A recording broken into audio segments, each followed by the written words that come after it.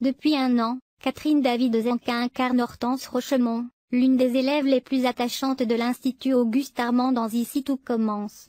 Un personnage dont la douce folie n'est pas sans évoquer celle de Luna Lovegood, l'amie de Harry Potter dans la saga de J.K. Rowling. On me le dit souvent, s'amuse la comédienne, venue à la rencontre de ses nombreux fans au Festival de la fiction de La Rochelle en compagnie, notamment de Nicolas Anselmo, avec qui elle a un rituel, et d'Agustine Galliana, qui soutient son amie Lucie Lucas Dandal. Mais ça ne fait pas partie des références que j'ai utilisées.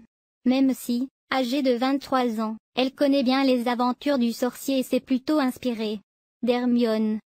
Catherine David-Zenca doit son prénom à une impératrice. Catherine David-Zenca est en effet née en 1998.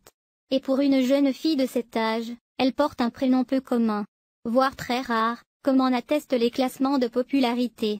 Pourquoi l'actrice, d'origine biélorusse, ses parents ont émigré de Russie, s'appelle-t-elle ainsi? Ma mère m'a expliqué que c'était en référence à Catherine la Grande, l'impératrice de Russie Catherine II, note de la rédaction, pour que je fasse de grandes choses, nous a-t-elle confié.